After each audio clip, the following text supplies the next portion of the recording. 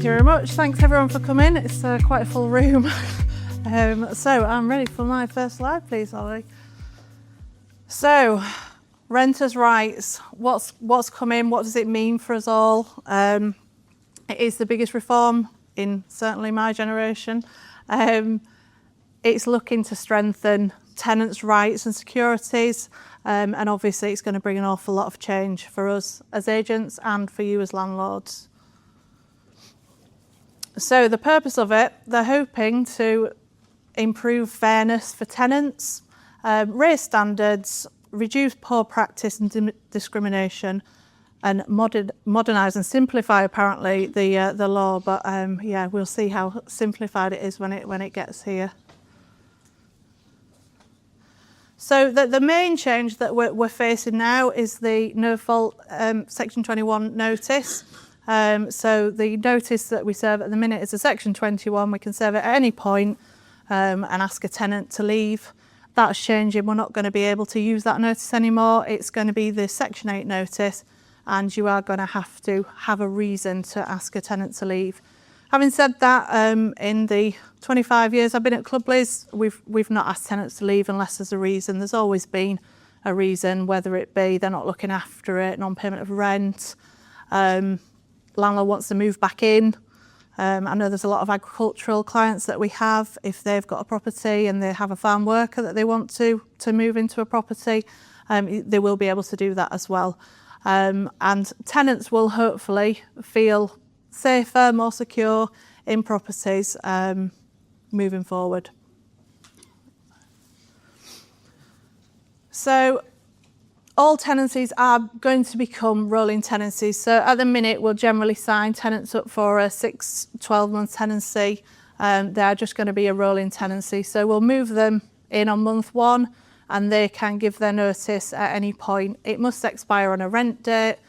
So generally, you know, if you got a tenant that wanted short term, they would likely be there for 3 months. They can give notice on day 1 of the tenancy and end it after 2 months, but I don't know many people that want to move into a property and then move out in 2 months. So it's just making the system more flexible for tenants. Having said that, landlords, not so flexible. Landlords have to allow tenants 12 months in a property. So landlords can't give notice until month 8 of if they wanted the property back. So they would have to allow them 12 months. So that's, call it a security period.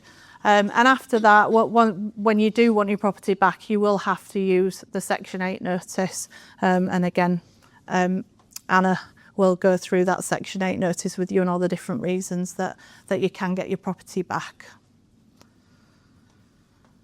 Rent increases. Landlords are generally not great at rent increases when they're looking after properties themselves. And I've had a lot of landlords recently come in and say, even this evening, what's my property worth now? Oh, I'm £200, £300 behind where I need to be.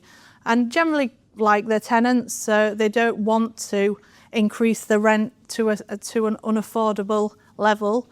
So I think that as agents, we do structure it better and we do rent increases, and I think they will become more common, that we do them on a more regular basis. Bidding wars. So at the minute, when we market a property, we get hundreds of inquiries. Thank you. Hundreds of inquiries online, and we get lots of viewing requests. And you do often get people saying, "Well, can I pay more?" We're not going to be allowed to take any more than the advertised rent. So if you got somebody saying, "Well, I'll pay £50 a month more," you're not going to be able to do that. And limits on advance rent payments. So at the minute, if we had somebody possibly that had got adverse credit and they've got 6 months up front, some landlords will be happy to take that money and move forward from month 6 monthly onwards. You're not going to be able to take any more than 1 month's rent in advance.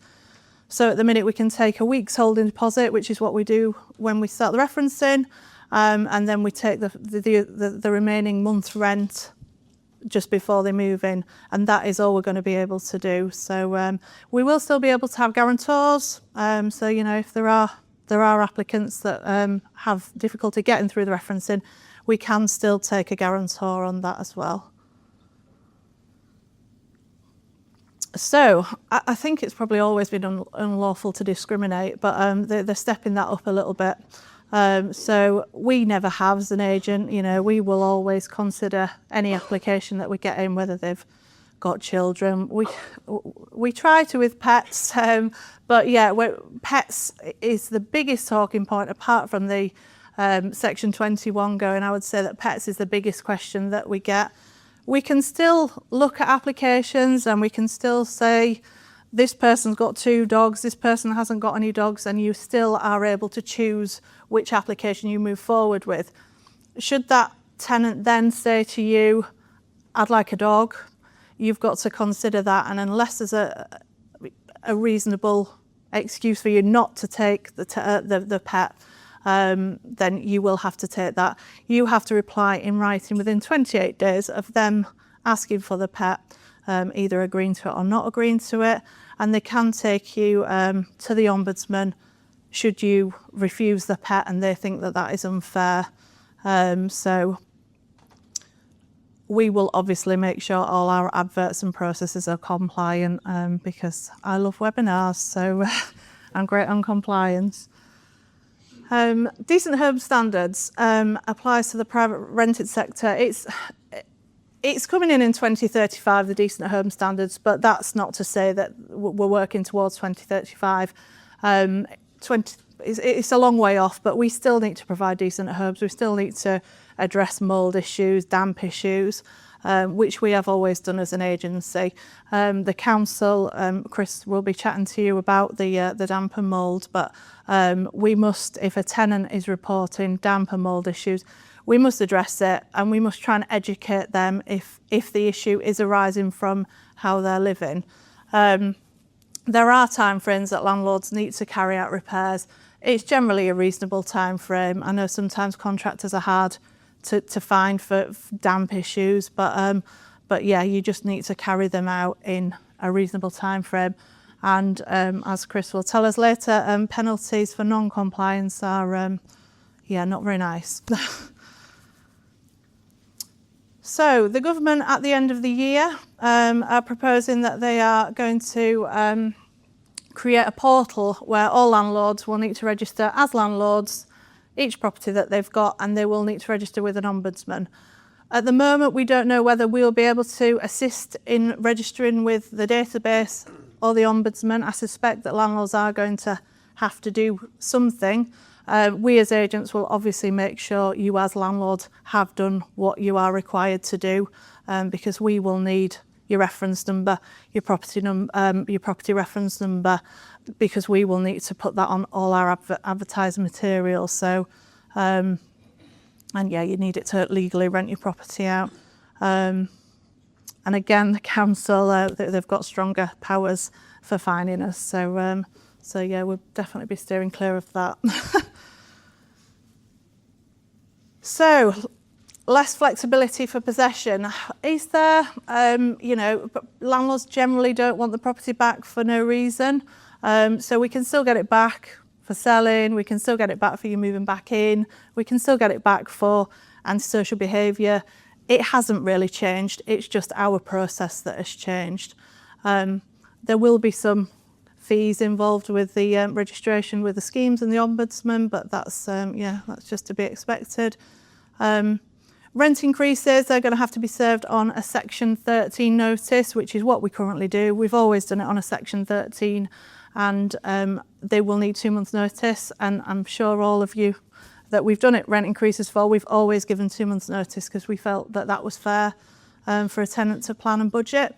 So that's not changing for us really. And hopefully we will, all landlords want long-term tenants. That's, I've never met a landlord that doesn't really, unless they're moving back in a year's time. So hopefully it will create more security for tenants, and hopefully they will stay longer.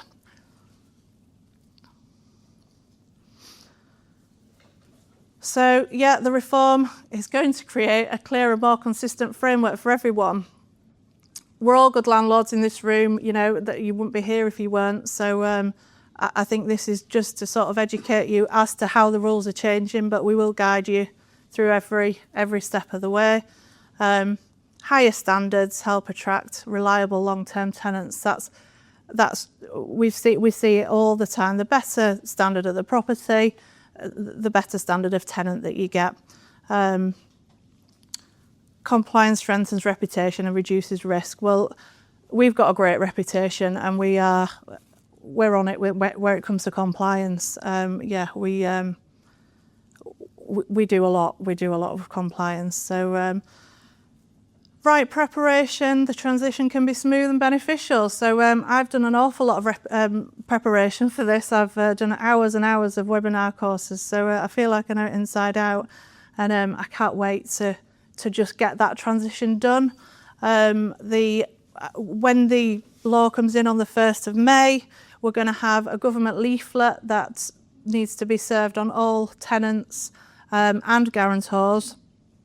We have to do that by the 31st. All landlords will need to do this, and if they don't, again, they may face a fine. And we can help with the non-managed landlords. Obviously, all our managed clients, that will be covered. That's it. I was waiting for another slide. I needed a thank you, so thank you very much for listening.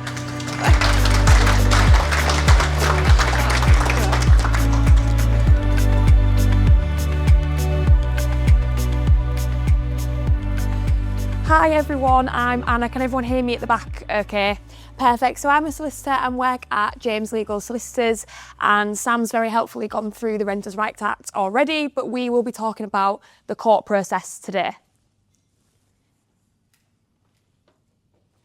So I've put a quote on here as well, which is just to try and bring a little bit of positivity to, I imagine, a bit of a scary change, and it is just that it is change, and it's not a bad thing, it's just something that's different. And in all honesty, like Sam said, it's not that different. It is, if you're having to go to court anyway, you're in a bit of a sticky situation. So the law's not changing too much in terms of the process, and it's not the strongest of the species that survives, nor the most intelligent, but the one that is most adaptable to that change. So the updated court process, how evicting tenants is going to change. So the commencement date, as I'm sure everyone is aware, is the 1st of May. And as Sam touched on, the Section 21 eviction process is being abolished. So you must have a reason to evict your tenant, and those reasons, there's already, Ground 8, which is in place, and there's already reasons that people want to evict tenants.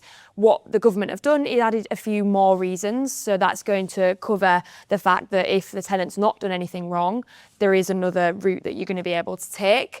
And we are moving to a simpler tenancy structure where all tenancies become periodic and there's no ASTs, which does come hand in hand with the abolition of the Section 21, because usually at the end of the fixed term you were able to serve a Section 21, but now there's not going to be any fixed terms, so that's been removed as well. So they have introduced new grounds for possession, and unfortunately these grounds they have been slightly amended to give tenants a little bit more safety, more favourable towards tenants than they are landlords, to give them a bit more time. But it's not the most drastic change in the world. It's not the end of the world. So just quickly, because I understand we have spoke about this, but what are periodic tenancies? So they're all going to become periodic. There's not going to be a fixed term, and so tenants are able to decide to stay in their house. Essentially, tenants are able to stay in the house until they decide to end the tenancy, and they must give 2 months' notice. And to evict a tenant, the landlord must now have a reason. So what are the reasons? Obviously, I don't know if anybody's actually looked at the legislation, but there are many reasons, and there's already many reasons that you might want to evict a tenant. Some of them are quite niche and they probably never apply to you, but some of them are ones that you will come across all the time and are quite common. So the ones that I imagine will be coming into place and people will be using quite often are the sale of the house and the moving back into the house grounds, and I will cover that on a future slide. But other ones that we've got that are mandatory. So just quickly, the difference between a mandatory and discretionary ground. A mandatory ground, if you get to that judge in front of a judge at the hearing and you have shown that there is rent arrears or there's antisocial behaviour, the judge's hands are tied. They have to make an order. They don't have any discretion. Unless the tenant can show that they're not in rent arrears, for example, they must make that order. Whereas there's also discretionary grounds where a judge has ultimate discretion into whether they want to make an order or not. And these ones are commonly used together. So sometimes people use a mandatory and a discretionary if that mandatory falls away. But it's probably going to be, now that there's no Section 21, that people are using discretionary grounds alone, which is what I will come on to. So in terms of the mandatory grounds, common ones that we've got are antisocial behaviour, not having a right to rent, and rent arrears. And the rent arrears ground, the key change for rent arrears is that it is currently a mandatory requirement to serve notices 2 months or more of rent arrears. It is increasing to 3. And the notice period is currently 2 weeks, and that is going up to 4. So already you are looking at, you've already got 3 months of rent arrears, then you've got to wait another month when you've served the notice, that's 4 months of rent arrears.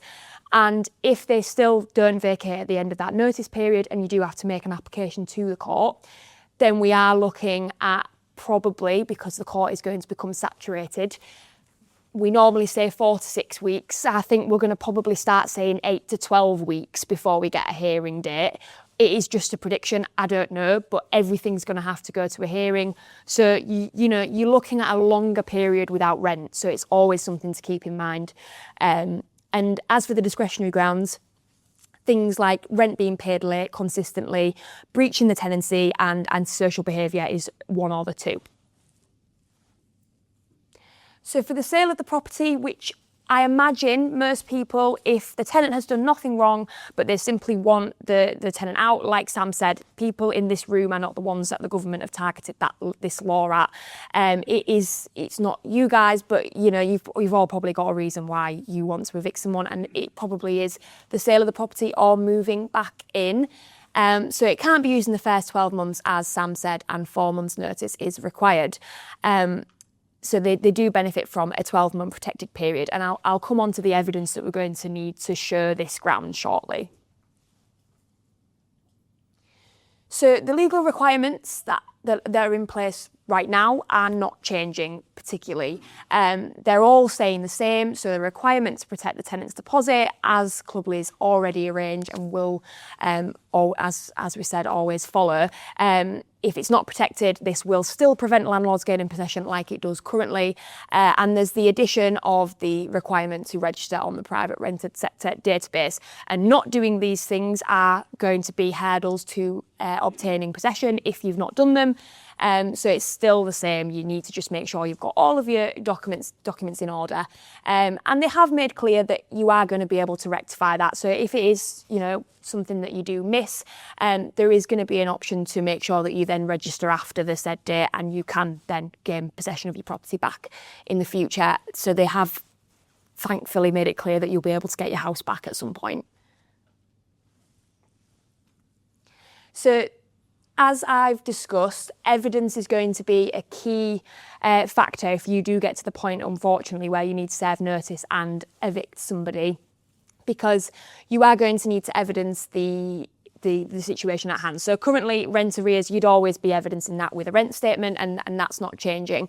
But for things like breach of tenancy and disrepair, I imagine landlords in the room may start using this ground a little bit more, because in my experience, sometimes people serve a Section 21 if the tenant's, getting into a bit of bother, the house is not up to standard, but they don't have enough evidence to show that there's been a breach of the tenancy, so they would use a Section 21. It's not available for us going forward, so people are going to need to be using the breach of tenancy ground, and we're going to need evidence of that. So evidence that we'd need is photos or statements from neighbours if it's noise complaints and things like that.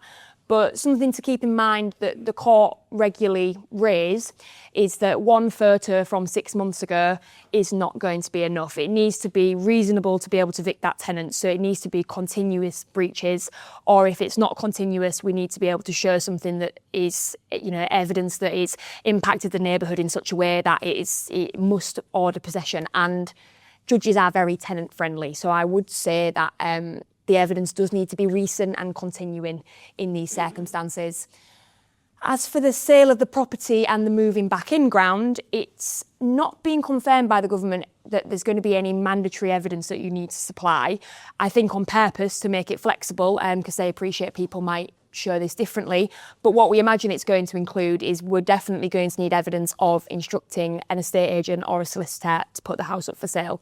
And if you're going to move back into the property, they're probably going to require a statutory declaration that you want to move back in, which is essentially a witness statement signed by a solicitor. And if you breach it, you'll be in contempt of court. So it needs to be some solid evidence that you are going to sell or move back in. And they have said that there is going to be fines for non-compliance or abuse of the ground. So you won't be able to, once you've done this, if the tenant doesn't move out voluntarily, you can't then re-let it for another 12-month period. So it has to be a genuine intention to sell or move back in. So the government's intention is that court actually could become less involved. We're not sure how that is going to go, but it's the intention that as everything now requires evidence, as before, landlords are only required to go to court if the tenant doesn't move out at the end of that notice period. And that is not changing. However, what they are saying is now, because everything is either a mandatory or discretionary ground with evidence, once the tenant gets that notice and all the evidence is presented to them, they will be aware that there's no grounds for adjournment, so they will move out of the property. We obviously experience tenants not doing that very often, so it might not be the case that happens, but it is intended to reduce the demand on the court. However, before, the Section 21 application to the court was dealt with entirely on paper, so judges did not they did not have to have a hearing unless the tenant raised a defence, whereas now everything is going to go to a hearing. So all of the courts are going to naturally become more saturated with possession hearings, and the wait times are likely going to become a little bit longer. But essentially, they're already about 4 to 6 weeks in the Hull and York area, which I know all of you are mostly based. And I imagine that will go up maybe 6 to 8 weeks, worst case scenario, 8 to 12, but that would be, a long time. I mean, in London, people are already looking at 6 months before they get a hearing date, so we are actually in quite a lucky position up north. But yeah, it is expected to increase a little bit. So what to do next? Any ongoing and previously served Section 21 notices will remain valid as long as they were correctly served up until the 1st of May. So if you do have anyone that is falling behind, or you're not sure about the tenant, you think that you might want to re-let it, now's the time to get your Section 21 in place, and you can serve one the working day before the commencement date, and after that it's all going to move to the new grounds. So we would suggest that you review your tenancy agreements and speak to Clubleys about going forward with anything that you might need to do. Thank you.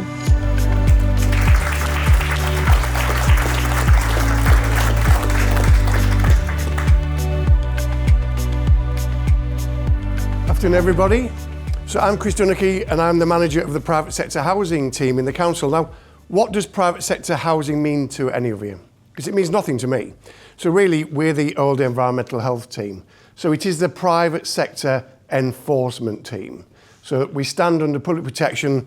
So I've spent my life as well doing health and safety, fatal accident investigations, working with HSE and doing food safety and manufacturers. But I started off in housing, and I'm ending, hopefully, in housing as well. So the role of the team is clearly to protect tenants from having to live in unsafe rented housing and suffering from illegal eviction. But also the big thrust that East Riding have had over the last 4 years, and I don't know how many of you have come to the probably 10 seminars that we've opened up to landlords in the last 5 years. I mean, not many, but we're there trying to support landlords, is encouraging good landlords and agents to provide safe, secure, warm and decent homes for tenants. And of course in achieving legal compliance. And we want to target the rogue landlords, the rogue agents, and there are some out there, would you believe? In fact, some of the agents we've got no confidence in, not Clubleys, I hate to add. So we won't go to the agent, we go straight to the landlord, which the landlord gets very annoyed about, because he says, well, I'm paying this agent all this money. And we said, we don't care. We will copy in the agent, we've got no confidence in the agent, we'll come to you as the landlord. So, you know, a big tick for you all. It sounds a bit patronising, but usually when the regulator invite landlords to come to a seminar, we get 10. So this is fantastic that you've got this number here, and we've got another session after as well. Because it is massive change. You know, I've got a family that are landlords. We do support landlords that have got crappy tenants, you know, with a lot of antisocial behaviour, a lot of rent arrears.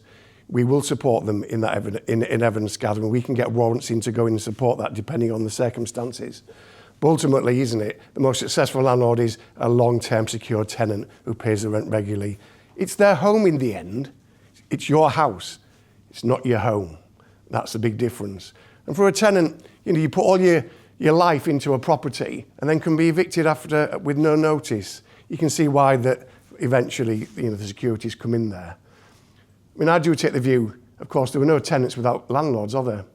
And one of the people we're working in, which Clubleys are going to start working with, is Landlord Action, Paul Champlina, and his main talk is, well, you know, with Bristol, the Green Party want to ban private landlords at the moment. And of course, you know, there's a role for everybody, isn't there? So we do want to target enforcement work. So it's so important then that we work with you. Just go back. So interestingly, we cover the whole of East Riding, and a little population figure, we've got 344,000 people now in the East Riding, more than Hull at 269,000. I know this side, you know, you tend to go York-based area. Oh, my other little bit hasn't come up. Next slide, sorry. So we cover the whole of East Riding. We're looking at empty properties, and we'll compulsory purchase long-term empty properties and offer them for sale to landlords. The council want to encourage landlords to take people on benefits and homeless and more vulnerable people, and we'll be asking Clubleys to circulate some information on that. We do raids on HMOs, unlicensed housing multiple occupation bed sits. We deal with properties going into the sea. Currently, for the first time, we've now got 18% private rental in East Riding. You know, that's still quite a low figure compared to other regions. The council have got 15%, and it's still 67% owner-occupied is the main key in East Riding. But there's a lot of vulnerable elderly living in really poor accommodation. And believably, our legislation permits us to actually target and support owner-occupiers. So we've actually prohibited 3 owner-occupiers this year from living in their property. We've tried to give them support and move into other properties. But if the property is so dangerous, there is a duty of care there. Next slide, please, thanks. Right, so would you believe this property is 2 miles away from here? And 3 weeks ago, we served a prohibition order. It was on a farm, a 70-year-old in this property. He was quite happy in a way. He knew no difference. He was a bit vulnerable. He went into hospital. They wanted to discharge him. Social services went to have a look at his property. They couldn't believe how horrendous it was. So we went down and we said to the landlord, who'd inherited it from a previous family member, who had never really invested in the property, so he was paying low rent and didn't want to spend any money on it. But it was this was his bedroom, this was his lounge, dangerous electrics, horrendous damp and mould all over the property. And the landlord said, well, I'm not spending money on it because he's happy. Well, it wasn't unsafe for him to go back to. Because it was an old secure tenancy, actually, he could actually go back. So we had 2 choices. We can make the landlord do the repairs, and if he doesn't, we can actually do them ourselves and charge him all the money and interest, or we prohibit it. So we prohibited it. And the tenants moved into council accommodation with some supported living, and the landlord can't let that property ever again until it's brought back into use. So that's the worst sort of thing that we can do to a landlord, is take the property off them. And then other actions are serving notices, giving you time to improve a property, and investigating illegal evictions. So all our regulations are criminal, and the change is, but as listeners were saying, to try and reduce the court, impact on the court. they're now introducing the civil penalties. And we've had them for various breaches, which is all our Cat 1 hazards, housing health and safety rating system, which if any of you want training in, we'll offer that through Clubleys sometime. But it's the new landlord responsibilities that are really bringing these penalties into being. Next slide, yeah. Right, so the timeline, the solicitors have gone through this. So May is your big E.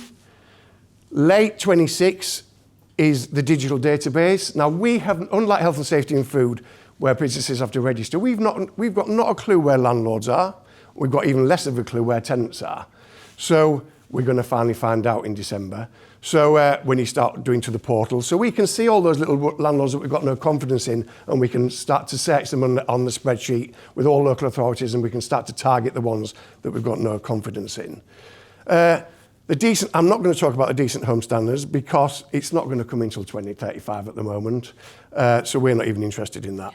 The council has to make their properties into decent homes, but there's a massive cost implication there.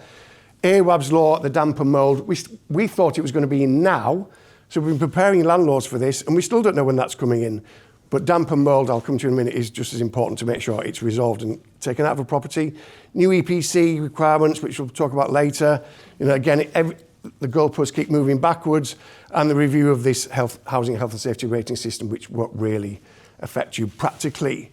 Next slide. So preventing damp and mould this is government number one priority because this little lad died about 4 years ago, and landlords really do have to make sure that they now investigate any complaint of damp and mould. You as a landlord, following government guidance, should investigate the causes: disrepair, insulation, ventilation and heating. You cannot blame the tenant's lifestyle. However, I actually don't agree with that, because I do actually think that you can say to the tenant, well, what are you doing? I mean, we've got a property at the moment where a tenant is cooking all day, a different ethnicity, cooking all day, extractions poor, straight condensation into the bedroom, they don't have the extraction on, and they've taken the door off in the kitchen. Well, that cannot be the landlord's fault. So in this seminar that we invited Clubleys to, we're looking at lifestyle with the government and saying, your guidance is a bit prescriptive here. It's a two-way process. Often landlords say, well, my property is a D or an E on the EPC, so it can't have any damp and mould. We don't care, because under housing health and safety, it can have a broken roof, leaking water in. So this property here was a D, but it had all this condensation on the wall, and the agent gives him a dehumidifier to solve it. So he's pumping out all this water for every day. But actually, it was down to the lack of insulation in the bay roof, a boiler that had no lid, and the tenant didn't know how to use the heating. And it was the old off-meter heating. So it's a combination there of the landlord putting the right insulation, making sure the extract ventilation works, and making sure the tenant understands how the heaters work, for God's sake. And making sure the instructions are there. Simple things as that. And once you've done that, we're not going to get involved. If the tenant then causes condensation, we'll say, look, see what you're doing. Next slide, yeah. So we think agents have the key role to spreading the message to tenants and to the landlords. And we've encouraged, over the last 2 years, there's 200 agents in Hull and East Riding, and we've encouraged them all just to sign up publicly to say, we agree, we'll work with the regulators and prevent damp and mould. And only 28 have bothered to sign up. Isn't that miserable? Luckily, Clubleys is one of the first. So if an agent can't sign up to that statement, what the hell are they doing? And as an agent as well, if we find that agents are going to have a lot of non-compliant landlords, you don't want it to use an agent. Ditch them, move them to another agent, and then we can focus on that. So because Clubleys have been one of the first proactive agents, we're now going to work with Clubleys and the Property Shop and Harry Shield in Bridlington. We're going to help produce a national pilot on working to produce something for landlords, so you can gain the right evidence if a tenant is really giving you antisocial behaviour problems. Because there's a real problem with you finding out what do the police know about it, what do the council's antisocial behaviour team. So we're going to look at that and how we can say to landlords, this is the steps you need to do, so you've got the right evidence, so you can say to court, we've got enough evidence to evict this tenant, yeah? And we'll continue with providing Clubleys, which hopefully then will pass to yourselves, the offer of a free drone survey. Well, sorry, not free. We've got a 30 discounted drone surveys at the moment, and you're the first ones to know about this year. We had some last year. Clubleys took the offer up. Some agents have in Hull. So you've got a drone survey at 60 quid, which is usually 150 quid, because it's about maintenance of your property and seeing where the damp's coming from. And then we're going to be spreading leaflets that we devise out to Clubleys, and they'll pass them to yourselves to give to tenants as appropriate. Next one here. So we've had a big campaign going on for a year and a half. We've been on the radio, been on BBC. It's made national press news. And we're now going to explore with the Ministry of Local Government why so many agents don't want to get involved with us. And I think they just don't want to be involved, put their heads over the parapet when they're talking to the regulators. And we've got some agents who will never tell the landlord about the repairs that we find and the disrepair. They keep that quiet. So there's a few little sneaky stuff going on. So we do want to explore that. Next one. Right, so how many of you lot are coming to this seminar next week on damp and mould safety in Hessel? Probably. Right, one. So we've had 3 of these. We've had 500 landlords come. It's fantastic, and it's a new concept about mould and damp training. And for us as well, in environmental health, we're really learning about how dangerous mould is, and about actually all of us using Sillet Bang at home to remove it is not safe. So we're exploring with agents and council officers and Ministry of Local Government how we can send some tenant leaflets out for landlords about how to clean mould safely. So, okay, so again, we might put this on again, but it's quite expensive, so we might do it as a webinar. Okay, next one. And because we are working with Paul Champolina, he's just said, if any of you want to go on this Sunday event as well, although this might be comprehensive enough today, but he's offering you all a promotion code and some money off that event on Sunday, okay? Next one. So, enforcement of the Rental Rights Act. We now are changing our processes because, like food and health and safety, I'm used to going in wherever I want without notice and investigating and taking whatever photos, statements from ever who I want to do that. And now that's now been replicated finally in housing law. So we can still prosecute for certain offences, but for all the new tenancy offences that are coming first in May, it's going to be civil penalties. So the 4 Humber authorities, I think York are doing that, I need to check with York. Most authorities are going to a national guidance policy, so we're all consistent, so you haven't got every local authority finding landlords differently. I think that's a fair way to go, really. Making sure that you're all familiar, of course, in the first place, what you need to do, so you'll never get a civil penalty on you. But what's going to happen is we will deal with the evidence. We will find out whether you've sold your house within a year, so you've committed an offence. It might go into the Ombudsman, but it might come to us as well, and then potentially we will serve a fixed penalty, a civil penalty on you, and you've got so long to pay it, or we'll take you to court. Hopefully this will never happen in this room, but I think it's so important that this legislation is there to ensure the landlords that are shortcutting you, and there are a lot out there, it's on a level playing field. And landlords have always said to us, you're bashing landlords and helping tenants. We're not. We want to make sure landlords are supported, but we want to make sure the bad ones are out of East Riding and go somewhere else. So the law has already changed. We had, in the past, I used to be able to go into a house. It changed then to say we had to give you 24 hours notice, invite the landlord. We now don't have to invite the landlord, but we'll tell you that we're coming. In East Riding, we still want to really give you a chance to come down and talk to us during that complaint. Next one. So rent repayment orders, Paul's put it as the biggest threat to landlords. And this is when we've done this recently on a prosecution that we took in Bridlington. There was all drugs going on and dampness and tenants horrendous, but really poor conditions. And we did a rent repayment order and got a year's rent back. It's now going to be 2 years, and the new offences will be your redress system that you spoke about, that Sam spoke about, not being on the database, and basically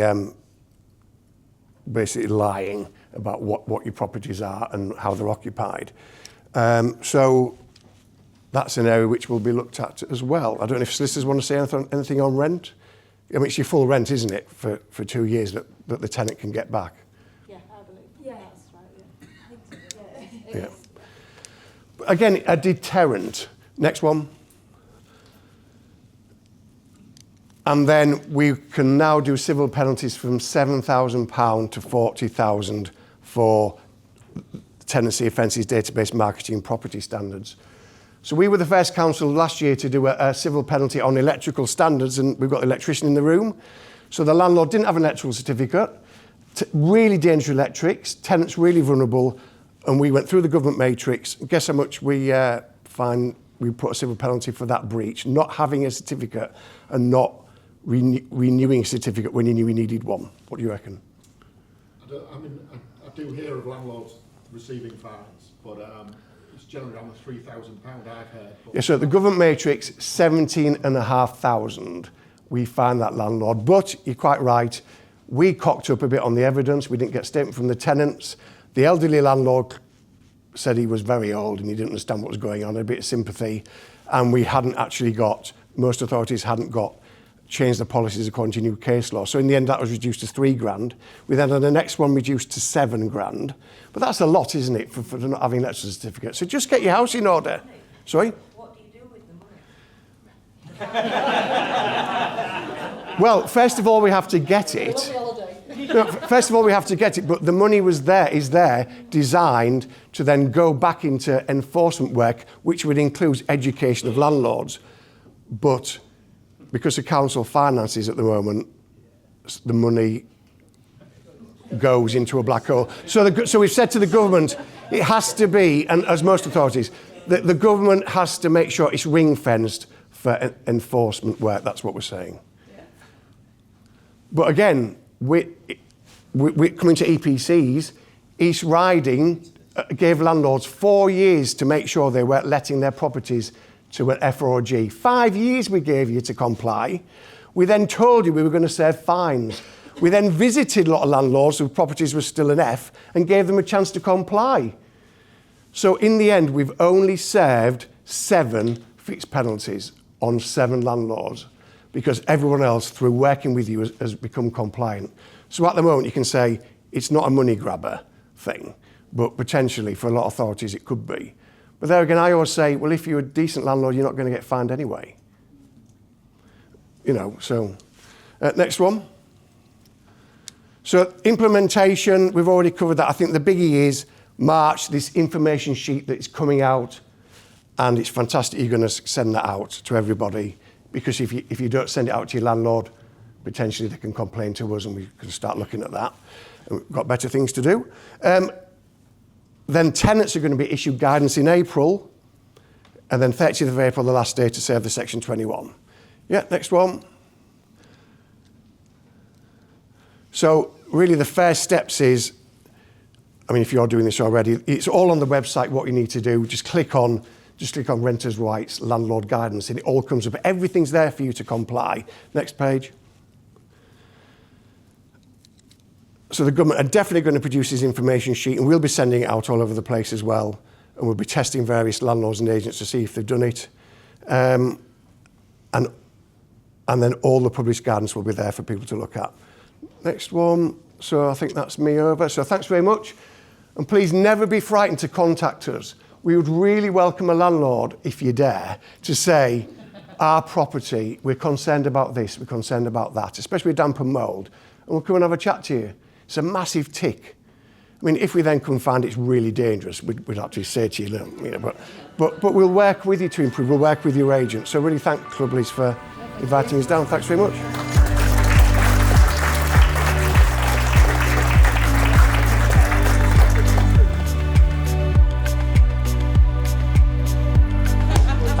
So just a quick thing, if anyone does have the phone on loud, please put it on silent, because I may put some people to sleep, you don't want to disturb them. Do you know what I mean? I don't want people waking up. It's our benefit is. 2 things to note. Whilst I am an expert on EPCs, I am terrible at PowerPoint. That took me about 20 minutes, so if I can just get a bit of a laugh for that, I did this. Look at me, nice one. Thank you. So next one. Let's have a sort of a nice way through now. This video normally doesn't work. I paid a lot of money for this video and it normally never plays, so I've got to tell you what an EPC is, am I right? Yeah. I am right, of course I am. So, what is an EPC? So essentially it's an energy assessment. For people who don't know, I'll run through it quickly. It's an energy assessment on your property to see how energy efficient it is. Sounds simple. It stands for Energy Performance Certificate, which is weird because then I'll always say you want an Energy Performance Certificate, which is, I don't know why they named that, but they love to shorten things like that. So what do? We assess every aspect of a property from its energy efficiency, or windows, wall thickness, boiler, loft insulation. We then draw a floor plan of the building, work out its heat loss, put that into a fancy bit of government-made software, which is accurate-ish, and then it produces a rating between A and G. Fairly simple. So, next slide. So, current rules and regulations, just as a recap, I'm sure you all know because you're all great landlords, but the minimum rating is an E. So if you've got an F or a G property, unless you've got an exemption on that property, then it is illegal to let out. This is something that not a lot of landlords know. So if you have a tenant in a property and it's an in-date EPC and it's an E rating, then that EPC expires. As long as it's the same tenant, same tenancy, you don't have to renew that EPC. It's good practice. I'd recommend you do it. Helps me pay my mortgage, but you don't have to do it. So next thing, exemptions that you can apply for if their EPC is below that rating. It's basically an exemption cost at the moment. So if you can prove that you have to spend more than £3,500 on the minimum thing to improve your EPC above, well, to make it an E, then you have to get 3 separate quotes from 3 separate people detailing that information, that evidence of what you've got to do to get it to there. It's very costly, not costly, but it's a very long sort of process. Consent, you can bully your tenants, not legally, I wouldn't advise it, but you can get them to sign something to say that they don't want any upheaval and you can apply for it, but I don't know many tenants that would consent to that. If you can say to them, basically, your house isn't in a great position, but can you just sign this to say that you're all right with it? It does tends to not be a great one. And then all improvements made. So if it's an F or a G rating, but the potential is an F or a G, so basically the EPC says you can't do anything to make it any better, then you can apply for another exemption. Exemptions only last for 5 years and not 10, so you've got to do that every sort of shorter period. And also as well, it's good to know that the 5-year exemption is great, but you still need an EPC, so you still have to get that shows it to me. So next slide, please.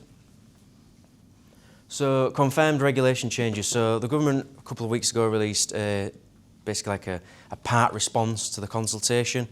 Some of the things that they've confirmed. So originally in the sort of consultation that they stipulated, they said that it was going to be C by October 2028 for any new tenancies, and then it was going to be a C by 2030 for any existing tenancies. They've now brought that both together, kicked the can down the garden, whatever you want to call it. They've moved it all back, so 2030 is your cut-off date to have a C. In all of the documentation, they have mentioned that any EPC done now will be sort of honoured for its validity period. So, which is, as you can see, 10 years. We're gutted about that at EPC 247 because I always put that in there. Lamborghini. Yeah, damn. I wasn't really turning up to your tenants in a Lamborghini, but unfortunately they've kept it at 10 years. There was looking at dropping that to 7, 5 or 2. Go on. Quickly, yeah. EPCs needed before a property can be marketed, so I had someone in just for 6 months. I mean, has it got that bit done again? So that is for when you sell a property. So I was coming on to that. So it's right. So basically, they haven't announced when yet, but they're saying that before a property can be actually put onto the market, i.e. for sale, right move, things like that, the EPC, there has to be an EPC on it. So currently you get 28 days, or it's a bit of a weird one. It's like 7 days, and then as long as you've made a reasonable effort to try and get an EPC, you get 28 days. What's reasonable effort? Have you contacted every EPC assessor within 100 miles, or have you just rang me and said, Jack, when can you fit me in? So it's that kind of thing. What I do find funny about these things is they didn't drop the year's validity period for an EPC due to the fact that it would strain assessors too much.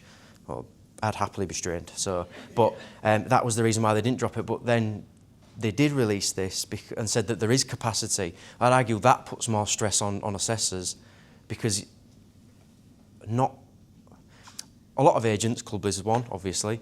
They straight away, as soon as they know you want to sell a property, I get the order, we get time to get down there. By the time we've taken photos, done a floor plan, it's no problem.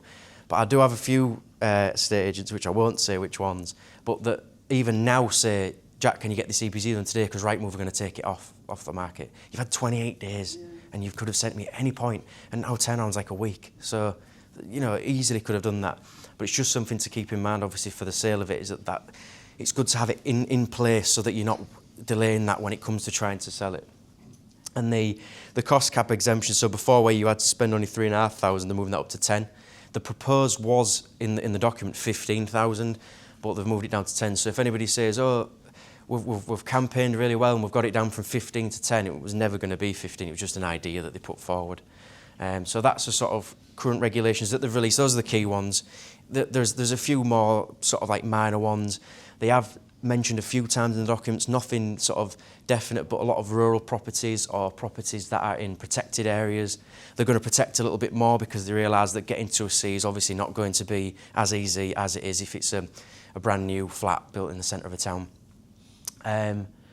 Yeah, the only other, and then moving on to the next slide, which is a big change, is that as if it wasn't confusing enough, instead of doing one grid from A to C, they've now decided that they're going to look at splitting that into 4. So, which is great because now I've got to explain 4 different grids rather than just one. So essentially what they're doing is they're splitting them into these 4 things. So you've got fabric performance. Now, they haven't said what grid they're going to use, i.e. A to G, 1 to 4, whatever they want to use. I'm hoping that for the avoidance of confusion, they're going to just keep them all at A to G to make it nice and simple, but you know, they've made weirder changes. So essentially what you've got is one of the columns is going to be fabric performance, so that's going to be your walls, windows, loft, floor, rated A to G. Again, that part is a guess, but it's going to be a sort of a scale of such. Then your heating system, so if you've got a boiler, storage heaters, heat pump, and then smart home readiness, which is your renewables, PV, solar water heating, battery storage. There is some new technology coming out where they're talking about getting a battery in your home where it buys energy during the night when it's cheaper. A bit like an Economy 7, but just instead of it being storage heaters, stores it in a battery, and then during the day when you use it, it then deploys it. And then the current metric, which is the cost. So if you didn't know, an EPC's ATG is based on how much it supposedly costs to run that property. It's based from figures from like 2012 in a section of about 10 to 20,000 houses somewhere near London, and it sits every other property in the UK based on that data set between those 2 points. That's how an EPC generates your rating ultimately. So those are the big changes. So the idea is that what they're going to do is the whether this works or not is obviously debatable, but they said, right, at the minute it's just one rating and is it a C? And that's very difficult for people in different areas to get. But what they're saying is they want to maybe say, right, you need to be a C in fabric performance, which cuts out all your rural areas that are on oil, that are places that can't get an EPC, that's really easy. And then maybe a D in one of the other metrics. So trying to make it a little bit easier, which in practice will work. I mean, if you can, sometimes the thing that lets an EPC down get into a C is the fact that it's on oil, and oil boilers are inefficient. So this hopefully will help that. It's not been fleshed out yet, obviously it's only a partial response, but that's kind of where the angle is that they're going at. So next slide, please.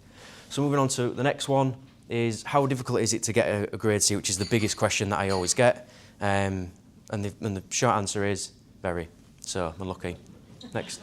This is how a current EPC looks. This is a property that I've actually done. So you've got a C rating, it's potential to be a B. If you read the EPC, this is what it says you should do. So it says you should do internal wall insulation, which is going to cost you that, floor insulation. I don't know about any of you, but if you wanted to lift your carpet up, lift the floorboards up, insulate underneath it, put all that back down again, I don't think it's going to cost you 1,200 quid. I'd argue it's probably going to cost you quite a bit more than that. So what we do is we look at these sorts of properties and then we read within it and we look at all the data that we've got and we give you advice of what to do. So next slide. So for this one, this is what we came up with to do. So TRVs, insulate the immersion tank and some flat roof insulation. All a lot easier to get to a C and a lot less costly. Because I know a lot of people read landlord forums and rightly so for information, but God, do they love to push fear. So all I would say is it's good and important to get, it's not all doom and gloom. To get a C, it really isn't that difficult. Trust me, I do it day in, day out. The amount of double glazers that I've annoyed by, they're quoting up for loads of double glazing and I go say, stick TRVs on your radiators and he chunters down the garden path because I've just saved you 15 grand. It's worth getting a good assessor that knows what it means. I'll let you know if I found one. Next one.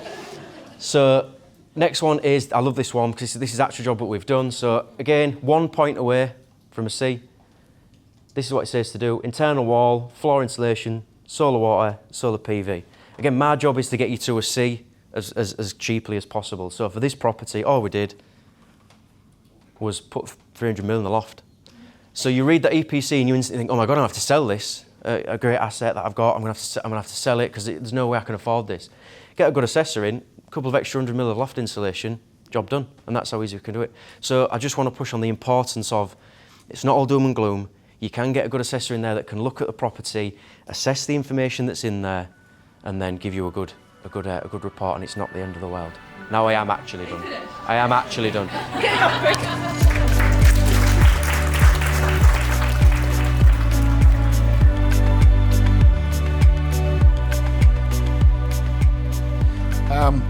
Well, first of all, Jack did mention about his PowerPoint possibly not working. Mine will definitely not work because that's the extent of it. So I've gone old school, kept it to paper. So if I glance down, the only downside I will say is I noticed everyone was staring at the screen all the time. That means you're going to be staring at me, which adds a bit more pressure, but there we go. Okay, so yeah, I'm here today to discuss and just run through the responsibilities of a landlord associated with the electrical installations within the private rented sector. So for most landlords, their first involvement with an EICR, an electrical installation conditioning report, previously known as an inspection and test, probably still referred to as a test certificate, was 2020, when probably Sam started asking people for an EICR. What I will say is that the fact that you guys are in the room and letting through people like Sam and Clubleys shows that you are responsible landlords, and I think we've managed to work through them fairly well, although I'll come to some issues that I think we have later. So back in 2020 was the first time that landlords were requested to be able to prove that they had a safe and fit for purpose electrical installation. Now that wasn't because prior to that they didn't need a safe and fit for purpose electrical installation. You always needed it. Very few people probably had one because there wasn't requested to have one. The only way of proving you've got an electrical installation that's safe and fit for purpose is to have an EICR. So we've sort of got these properties in a position now where I think, from what we see, they were reasonable anyway. We don't find too many dangerous situations. But I will try and run through this fairly quickly on my paper notes. As it was mentioned earlier, there has been enforcement.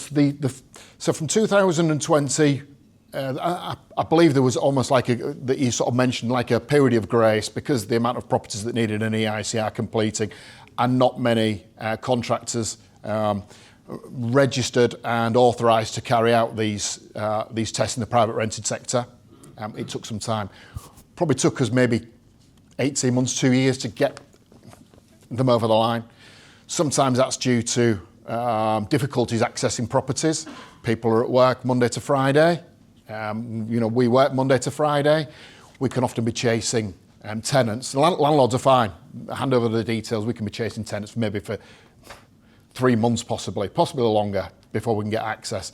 And then if there are remedials, then we have to get back in and start turning power off to carry out these works. So it can be difficult, but we've sort of got there, and now we're on our second run. As mentioned before, I know that landlords that have failed to be able to prove with an EICR that their installations are fit for purpose and safe have received a fine.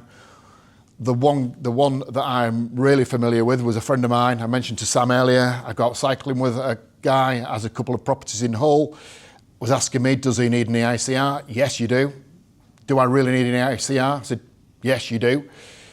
I'm probably going to leave it because I don't think I need one. All right, okay. 18 months later, he calls me, panicking, just received a fine for £3,000 from Hull City Council. Can you do me a backdated certificate? I think we know, based on the 18-month early conversation, what the answer was there. I said, I can do your certificate. He said, I've got a 7-day compliance. So this is what he told me. I haven't seen any letters. He had 7 days to, first of all, get an EICR booked in. And then 28 days following that, he had to complete the remedial works, which there were a lot. It was quite extensive. Sam will be able to tell you that generally, if we can turn from an EICR to a quote to getting the remedials completed in 28 days, we just don't. we are very busy. So we will produce the EICR. The EICR will always come through with a quote. The recommended time is 28 days for completion. That's what we're told through the NIC, EIC, who we are affiliated with. There are others, but just that's my knowledge of the industry from the EICR, from the NIC, EIC's point of view. So an EICR should be completed every 5 years, or change of tenant, which Sam's loving that, especially with this rolling tenancy. It means that you potentially could have a tenant in a property for a month and then have to go through the same process again. What I will say is if somebody's in for 4.5 years and you change it, we'd do a full EICR. If they're in for 6 months, would be able to be a little bit more sympathetic and possibly do a walk around, a visual, and just an inspection, possibly.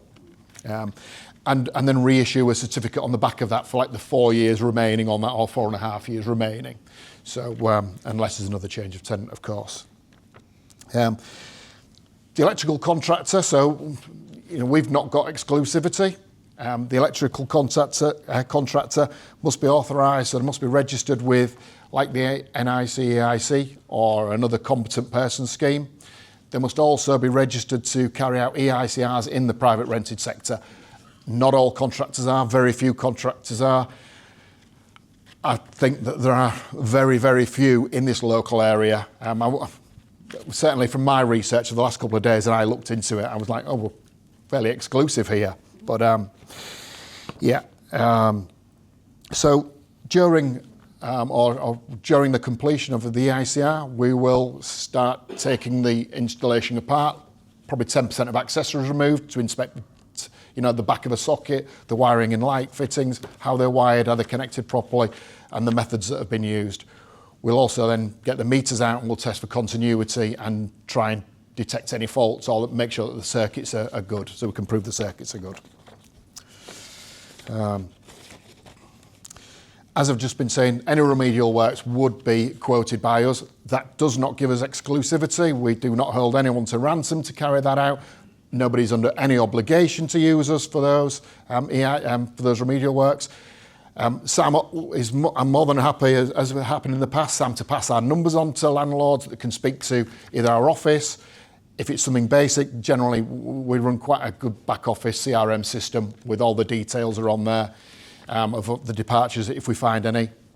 But more than happy for anyone to speak to me direct. Our office will, if a landlord needs a bit more technical, a bit more in-depth explanation as to what the problems are and why they need to complete them, they would generally come through to me, and I could talk all day about little bits and pieces for you, whatever you need anyway, just to put your mind at rest that these things do actually need completing. So on the EICRs, you would in section, and it depends which certification you use, but in the section under observations, there would be the details of any departures. Now, if that's clear and the box is satisfactory, that's absolutely fine. If there are code 1s, that means immediately dangerous. In fact, the proper terminology, immediately dangerous, risk of immediate, the risk of injury and immediate remedial works are required. So if we go into a property and we find that somebody's damaged a socket on the wall that may be being kicked and these things happen, or a switch that's hanging off and there are exposed conductive parts, we would complete those on site. We probably wouldn't even contact Sam. It would be replacing a socket front, fairly quick, fairly cheap. We're on site, let's get it done and let's move on. We would probably let Sam know what we have done, and there would be a minimal charge for that, just for the part. So a socket, under £10 for the cost of the socket, a little bit of labour included on top of that. So if we find that there are issues a little bit deeper than that, that there are circuits with multiple issues on them, we would isolate that circuit at that point. That would then change that coding of a code 1 immediately dangerous to urgent remedial works required within 28 days. Put it down as a code 2, it would be on the quotation. Code 3, now these are recommended safety improvements, so possibly things that no longer comply to the current regulations. So these are not compulsory to be completed. They would be detailed on the certificate, and it would be for a landlord to assess the risk or request more information. do not have to be completed. A satisfactory conditioning report can be issued with C3 recommendations on them. There could also be what we have, the FI, that is further investigations required. So if we come to a circuit, we test the circuit, we can see that there's an open circuit on a ring main, a common one, then we would put that as a further investigation. So that would involve a quote. We would quote for an amount of time on site to investigate. Generally, we allow an hour per on site to rectify a fault. By the time we sort of get set up on site, that generally covers it. Our engineers see this every day of the week, you know, so they're very familiar with how to test, how to locate the fault and to rectify it. But that would also mean that a certificate is unsatisfactory if it has further investigation works. Okay. As part of our membership, we are audited twice a year because we are MCS to install ESS, which is battery storage systems. Also solar PV, MCS and NIC, EIC registered for solar PV, as well as been an approved contractor, domestic installer and approved to work in the private rented sector. So we get audited twice annually for that. All our work, all the testing has to be carried out to the British standards, the IE wiring regulations, BS 7671. The regulations are constantly being updated. Various amendments come out. We are currently on the 18th edition, third amendment. The fourth amendment is due to launch April 26 and will come into force in October 26. And of course, all these regulations, every time there's a new amendment, they get tighter and stricter. Now, that's not to say that anything that was compliant today won't be compliant in October, as long as it doesn't offer a risk, a danger, which it won't do. Now, around the changes, we expect the main changes to be around solar PV, because it's fairly modern, fairly recent technology. We expect that there will be a lot around battery storage, and there will be a lot around EV charging. Now, we're working the private rented sector. I know Jack did mention about the EPCs and using battery storage and solar PV to up your gain a better EPC. But I would be amazed if that's the choice that you have as landlords on a private rented property, to start putting battery storage in and to start putting solar panels on the roof. I would love that to be the first option. But if you did call me, I would say maybe you need to speak to Jack before you speak to me here. You know, we are busy enough without having to go down that road. Yeah. But if anybody wants anything in the private houses at home or businesses, then certainly feel free to grab me and we can do some no obligation quotes and bits and pieces. Yeah. We do expect there to be some reinforcement of the regulations around RCD protection. Probably Sam has asked me I would say probably every week since this has sort of been changing around Type AC RCD protection and Type A RCD protection. Since 2000, we have been installing nothing but A-type RCDs in new consumer units, because Sam's a bit concerned that any of you guys that had a consumer unit installed 5 years ago, will they need a new consumer unit fit in this time around? The answer is no. They are all up to standard. There will still be satisfactory certificates in October 2026. There may be some coding or a C3 around surge protection, which was a fairly new, I believe that came in Amendment 3. So again, that's fairly fresh to the market. It doesn't carry a coding at the moment, and it's also an option is surge protection on properties. So anybody that has had any sort of considerable works done, remedial works to get the property up to the current regulations, is fine moving forward. Sam will be delighted to hear that, because she does mention it to me every week. So we're pretty good to go. I will be around if anyone needs to. Well, that pretty much sums up everything I've got to say. I wanted to keep it nice and short. I probably talked longer than I thought I would. If anyone needs to catch me, I'll be in the foyer afterwards.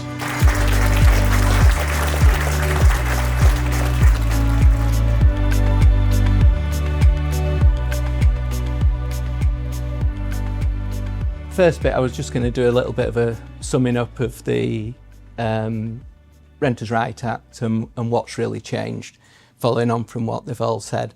So yes, there are more rules and regulations which we don't want to fall foul of, but my general principles as a landlord and our general principles as managing agents are unchanged. Just be fair. As a general principle in life, it pays to be fair, treat other people the same as you would expect to be treated yourself, and property management is no different. And it pays. A well-presented property gets a better quality tenant and a higher rent. If it is all well-presented and in good order at the start, the tenant is much more likely to look after your property. And if you act promptly to address problems and sort repairs, the tenant is still much more likely to look after your property. It's all just common sense. You all know that, and nothing's changed. It's all still the same. Be pragmatic. And Sam mentioned this before, but how often does a fair landlord serve a no-fault notice? In my experience, it's very, very rare. I know in some areas of the country it's been done to enable re-letting at a higher rent, but not so much in Yorkshire. In my 30 years, I've never served a no-fault notice other than for a landlord wanting to move back in, which is still allowed, or a landlord wanting to sell, which again is still allowed. The only other times I've served the notice are if a tenant's not looking after the property, so it is their fault and it's still allowed. Might be a little bit more difficult, more cumbersome, maybe not, but it's still allowed. And a tenant behind with the rent, again, it's still allowed. So there's very little practical change, and it's bad tenants have always been bad news, and they're still bad news. Bad landlords have always been bad news, and they're still bad news. And property management with good landlords and good tenants should continue almost unchanged. So I don't think there's anything really to worry about with the new Act. So that, I wasn't really supposed to talk about that. This is what I got put down. Is property still a good investment? So generally factors which affect a landlord's view on property, rules and legislation which we've been through, tax implications, interest rates, the property market growth and the rate of return, and whether it's a good investment, the property market versus the stock market. They're in general the main things that your landlord considers. So rules and legislation, some of them are a bit of a bind, but most of them are for good reasons, and they don't really adversely affect a good landlord or a good managing agent, and they mainly cover what we're doing already anyway. Tax. Are you up for tax? This stage, last slot. So as you know, there's a 5% surcharge on stamp duty for second and subsequent properties. It's there, it's unfair, there's nothing we can do about it. It's politically in prospect at the moment, so change of government, stamp duty could change. The stamp duty, it doesn't affect your existing portfolio, but it's quite significant if you're trying to expand your portfolio and buy additional property. There's 2% surcharge on rental income in April 2027. Completely unfair, no grounds for it in my view whatsoever, but that's what the government's talking about, or saying it's going to introduce, doing more than talking about it. And it's been introduced alongside a similar 2% surcharge on interest received. So basically the government are trying to encourage more investment into the stock market.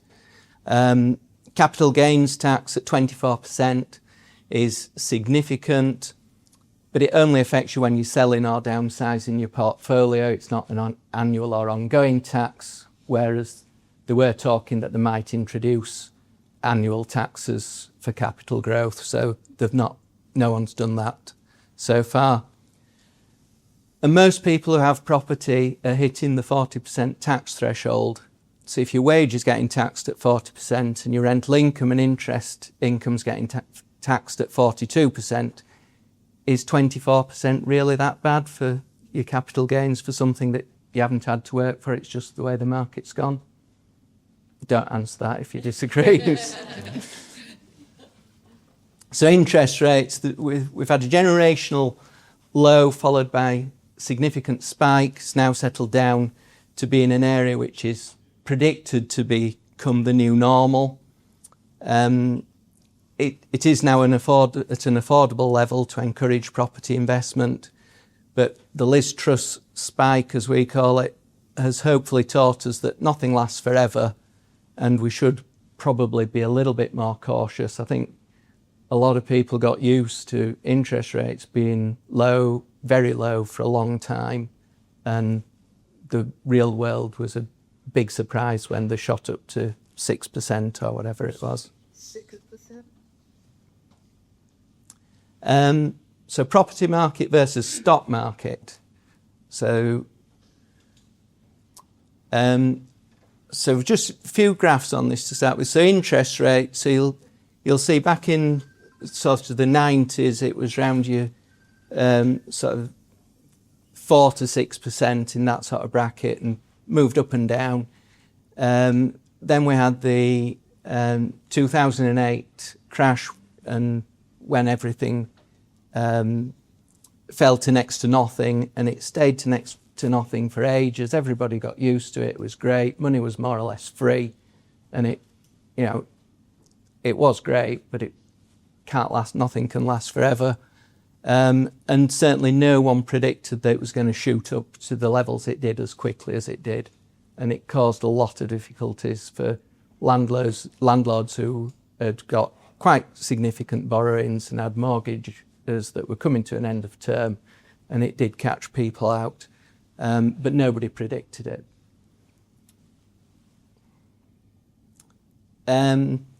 Stock market. So the stock market goes up and down. There's general growth, but it does go up and down with some significance. So you can see, I can't remember, it's going back a long time, but either there or there'll be Black Wednesday when the stock market crashed years and years ago, and then again it crashes in 2008, and the other blips probably, I don't know, somewhere around Liz Truss. We blame Liz Truss for every recent blip on a graph. But the general growth is up, and the end of the slide showing that it's been significant growth over the past few years. So the private housing rental index, really quite smooth graph. All the others are up and down all over the place. Rental income graph, really quite smooth over the last 30 years, no significant peaks or troughs. The average house price, again, compared to the other graphs, it's relatively smooth. Up and downs a little bit, but it's relatively smooth, and it's relatively smooth, consistent growth. So, I can't remember what's next. So I'll just throw this one in. So they talk about investing in the stock market. And this is we've time, haven't we? This is my personal anecdote of investing in the stock market. So in 2000, I inherited from my grandmother £7,000. It's a real life example. It's not one I've just dreamt up. Inherited £7,000, and I'd got a very small mortgage at the time. I had £18,000 borrowed at the time, and I walked into Barclays Bank, thought I'll knock £7,000 off my mortgage. And it was back in the days where you could walk into a bank, there's people, and I got intercepted by the investment guy, sharp suit and all that. And do you really want to pay it off your mortgage? Have you thought about investing it? Just look at these. Look at these funds. This fund's been growing at 30% for the last 2 years. And you're just trying to save on your 7% interest rate mortgage. You'd be a lot better off investing in one of these funds. And being young, naive and a mug, I took the advice and I invested all the 7,000 into that fund, Aberdeen Technology Fund. It was allegedly a blue chip thing. It wasn't like some backstreet investment thing. It wasn't supposed to be high risk. And that's in March 2000. It never went up. And by 2002, it was just over £1,000. Hang on a sec, I've made a really bad decision here. It took 20 years to get back to the £7,000 that I invested. That never happens in the history, as far back as you go, never happens with the property market. So, yes, the general growth on your stock market is consistently up, but it's not always. So, the lesson is invest in what you know about. Yeah, bank advisors and Western estate agents. Did you sell it? No, I've still got it. Yeah. Still got it, and I'm in profit now. Just. Nice 20-year investment. Yeah. So the conclusion, stock market, housing market. So barriers to investment. Stock market, is easy to get into the stock market. A few £100 you can invest in the stock market. There's a high capital requirement to get into the housing market. Leverage is not generally available investing in the stock market. You can use leverage quite significantly in the housing market, so you can put a 25% deposit down, which secures the house, but you get the growth on the 100% of the property. So that can be quite significant in making your money work for you. Volatility, stock market, high volatility. You can lose 18+% in a year. Or my investment did worse than that, but and housing market, it's generally low.